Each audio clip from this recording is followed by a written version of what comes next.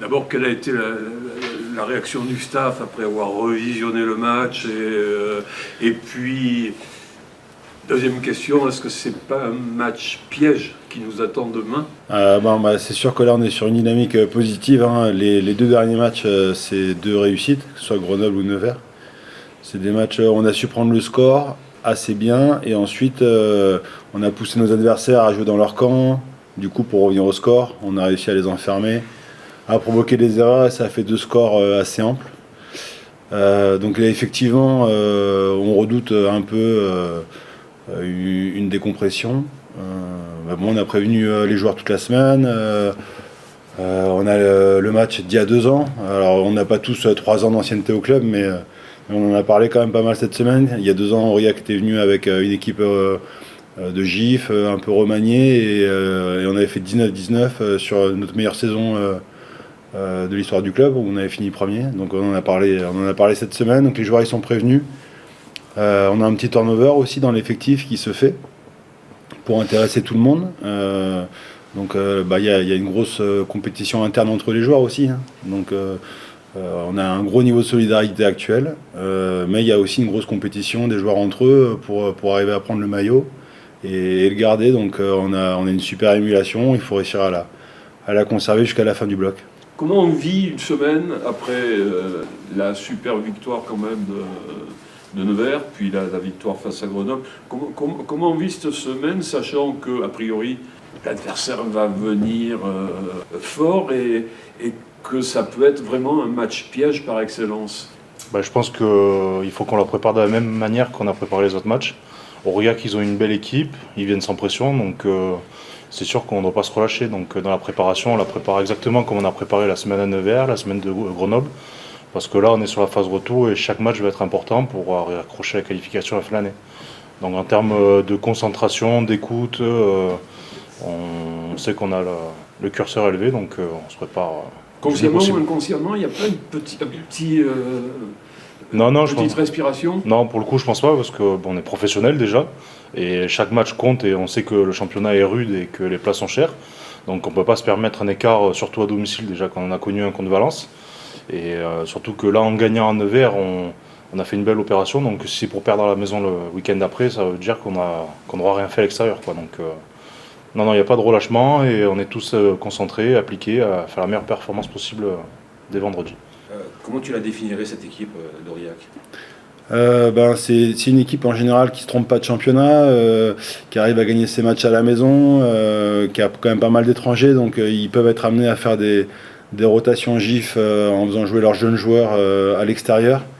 Et c'est souvent dans ces matchs-là qu'ils arrivent à développer leur état d'esprit, s'accrocher, développer un peu le cœur d'équipe. Et au fil des années, ces joueurs qui s'exportent finissent par devenir des titulaires dans leur équipe première et ils ont cette rotation, ce schéma qui marche très bien pour eux, qui ne marchera peut-être pas dans d'autres clubs.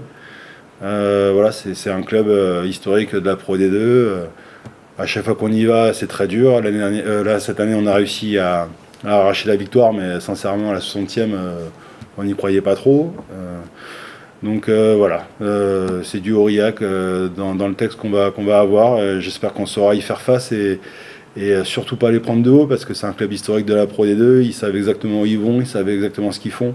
Et si on les prend pas comme il faut, on peut s'exposer à un match qui joue à la pièce à la fin. Donc il faut pas qu'on rentre là-dedans. Bon, Aurillac, comment tu abordes cette rencontre? Comme j'ai dit, du plus sérieux possible, parce que c'est une équipe joueuse, costaud sur les bases, en mêlée, en molle. Donc nous, on s'est préparé en conséquence sur ça. Après, on sait qu'il va falloir qu'on domine le match, qu'on impose notre rythme et qu'on ne tombe pas dans un hurrah rugby où on subit les choses et on accepte que l'adversaire impose son jeu. Donc il faut qu'on mette en place notre jeu dès le début et qu'on montre qu'il n'y a pas la place pour eux d'exister demain, quoi. Et rester dans le cadre, c'est ça, tout à fait. Justement, vous avez passé les deux écueils, Grenoble-Nevers, qui étaient les deux gros matchs pièges, pas pièges, mais compliqués de ce bloc. Là, c'est deux, a priori, matchs un peu plus à la portée de Provence Rugby. C'est ça le piège, c'est-à-dire que cette décompression, de dire on a fait le taf. Oui. C'est ce qu'on a essayé de faire toute cette semaine. Donc on aura le résultat vendredi soir. En tout cas, on aura essayé, on a On a analysé dès le début que c'était le piège. On a orienté tous les discours de la semaine là-dessus. Voilà, on a fait tout ce qu'on pouvait. J'espère que les joueurs ils seront à même de s'envoyer comme des lions vendredi soir. Quand on s'impose comme ça avec la manière à Nevers, avec le gros travail des avants, etc., on sort comment du match? Avec le sentiment du devoir accompli, avec la satisfaction, donc ça progresse de jour en jour, de journée après journée. Comment on est après? Oui, bah, surtout qu'avant les vacances, on a eu une déconvenue à Mont-de-Marsan, donc on n'avait pas réalisé la meilleure performance possible. Donc on avait à cœur de montrer notre vrai visage à l'extérieur. Donc oui, à la fin, vu qu'on a gagné avec la manière quand même à Nevers, on était assez fiers de nous. Mais comme j'ai dit tout à l'heure, ça remet en rien le travail qu'on doit faire cette semaine et qu'on doit faire demain pour le match. Parce qu'Aurillac va venir avec des intentions, on le sait, et on va devoir répondre présent. Ça a cogné fort à Nevers, ça a été un gros combat. Oui, c'était un gros combat, mais comme chaque match en Pro D2, parce qu'il n'y a pas de petite équipe et il n'y a pas la place à l'à peu près ou au relâchement, comme on le disait, parce que c'est vraiment très serré et très dur. Et juste, pareil, c'est le match aussi des retours, comme disait tout à l'heure Georges. Il y a aussi Jules. C'est vraiment le match idéal pour que ça puisse reprendre une confiance et les tester aussi sur. Disons que si on veut mettre ces joueurs le plus dans une position favorable, on s'était dit que c'était un match à la maison. Donc voilà, l'enchaînement des résultats fait qu'en plus on peut se permettre de relancer certains joueurs. Et puis c'est des joueurs qui s'entraînent très bien. Jules il s'entraîne très bien depuis 3-4 semaines, Yannick depuis une semaine de moins que Jules peut-être, enfin 3-4 semaines ils sont très bien à l'entraînement, donc c'était des joueurs en qui on avait une complète confiance avant qu'ils se blessent, donc il n'y a pas de raison de ne pas leur donner leur chance, enfin on a confiance en eux, il n'y a pas de sujet. Raph Porta en 7 qui va démarrer aussi, Ranger qui va démarrer en 4, c'est des joueurs fiables, hein, donc il n'y a pas de problème, hein. On est à fond derrière eux et après, c'est à eux de s'imposer et de montrer qu'ils sont là pour avoir une place de titulaire aussi dans l'équipe. Par au travail qui a été effectué, donc on sait que vous travaillez beaucoup, à quoi tu attribues cette progression quand même très intéressante du collectif? Je pense surtout c'est qu'on a un effectif de qualité. Donc en fait, on repart pas de zéro chaque semaine, même s'il y a des changements. Donc en fait, on a construit les bases depuis le début d'année et ça commence à payer là. Après, c'est pas une vérité absolue, c'est la vérité du moment. Peut-être que on perdra encore des matchs sûrement jusqu'à la fin de l'année, mais on essaie de construire quelque chose de solide pour être le plus performant sur la fin d'année. Ouais. Ce turnover, c'est nécessaire pour garder la fraîcheur? Non, il n'y a aucune nécessité, aucune obligation. Georges, c'est quand même un joueur incroyable, hein. Il a passé quand même une très longue durée sans avoir l'occasion de jouer. Il s'est entraîné avec un professionnalisme incroyable, un état d'esprit incroyable tout le temps, malgré le fait qu'on ne le fasse pas jouer. Donc c'était une obligation juste par rapport à son état d'esprit de lui donner une chance sur un match à la maison. Donc j'espère qu'il saura la saisir. Mais en tout cas, le joueur qu'il a été par rapport à ce qu'il a traversé toute cette partie de saison, bravo à lui et j'espère qu'il va faire un gros match. Toi, tu es un ancien, entre guillemets, de la maison. Tu as vu l'évolution un petit peu du club.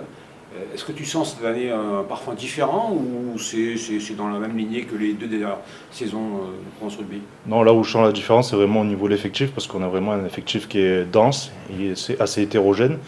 Donc même quand il y a des blessés comme Temana, on ne voit pas forcément la différence avec les joueurs qui prennent sa place. Donc sur cet aspect-là, je vois vraiment la différence. Après, en termes de jeu, je pense qu'on propose similairement le même jeu que les années d'avant.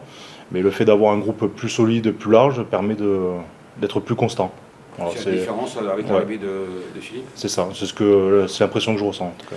Ça permet aussi peut-être de mettre en place des combinaisons qu'on ne pouvait pas mettre en place les années précédentes. Peut-être pas forcément de mettre des combinaisons en place, mais ça permet d'avoir certains joueurs qui sont au repos, qui sont plus prêts pour les matchs et d'avoir une certaine rotation comme ça. Chose qui nous a manqué peut-être sur la saison dernière, sur la fin de saison, où on était un peu fatigué, quoi. Ouais, à l'image de la demi-finale à Grenoble où on sentait qu'on avait tous cramé. Voilà, je pense que c'est la différence majeure du groupe de cette année. Ouais. Juste, toi, tu es à droite, à gauche. Je suis là où on a besoin de moi. Donc, cette polyvalence, elle te plaît?